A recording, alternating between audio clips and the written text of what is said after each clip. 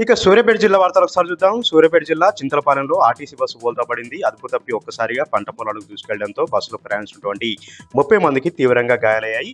కోదా నుంచి చింతలపాలెం వెళ్తున్నటువంటి RTC bus మూలమలుపు వద్ద బైకును తప్పించిపోయి అదుపు తప్పి స్టీరింగ్ ఇరిగిపోయి పంట పొలంలోకి దూసుకెళ్లిందని కూడా డ్రైవర్ చెప్తా ఉన్నారు. ఈ ఘటనలో 30 మందికి తీవ్రంగా గాయాలయ్యాయి. బస్సులో మొత్తం 50 మంది ప్రయాణికులు ఉన్నారు. ఒక్కసారిగా బస్సు కుదుపుతో పంట పొలాల్లోకి దూసుకెళ్లి కంప చెట్లలో బోల్తా పడడంతో ప్రయాణికులందరూ కూడా భయభ్రాంతులకు గురయ్యారు. 20 మందికి ఎక్కడికక్కడ కాళ్ళు చేతులు కూడా విరిగిపోయాయి. మరొక 10 మందికి తీవ్రంగా గాయాలయ్యాయి. వారందరూ కూడా కోదాడ హుజూర్నగర్ ఆసుపత్రి నుంచి వైద్యం అందజేస్తా ఉన్నారు. ఇక సూర్యాపేట జిల్లాకు సంబంధించి మరొక విషయానికి వస్తే సూర్యాపేట జిల్లా నేరేడ్చల మండలం చిల్లపల్లి వద్ద భారీ వర్షం కురిసింది. వడగళ్ల వాన కురిసింది. గాలి దుమారంతో పెద్ద ఎత్తున వర్షం రావడంతో పాటు పిడుగులు పడడంతో రోడ్డు పైన వెళ్తున్నటువంటి పత్తి లారీ పైన పిడుగుపడింది. పత్తి లారీ అందరూ చూస్తుండగానే ఒక్కసారిగా దగ్ధమైంది. దాదాపు 24 క్వింటాల పత్తి కూడా దగ్ధమైనట్టుగా డ్రైవర్ చెప్తా ఉన్నారు.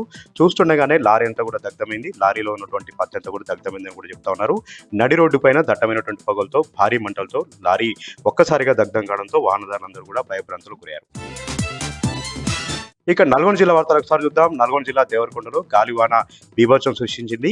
దాదాపు 5 గంటలుగా భారీ వర్షం, వడగళ్ల వాన, గాలి దుమారంతో పంట పొలాలను కూడా తీవ్రంగా నష్టపోయినటువంటి పరిస్థితి మనకు అక్కడ కనిపించింది. ప్రధానంగా బొప్పాయి పంటలు, నిమ్మ తోటలు, అదేవిధంగా మామిడి తోటలు ఎక్కడికక్కడ కూడా నేల కొరిగాయి. చెట్లన్నీ కూడా విరిగిపోవడం జరిగింది. పిందెలన్నీ కూడా రాలిపోవడం జరిగింది. ఇక పలు గ్రామాల్లో రేకులు చెట్లు లేచిపోయాయి. పలు గ్రామాల్లో ఇల్లు కూడా కూలిపోయినటువంటి ఘటన అక్కడ చోటు చేసుకుంది.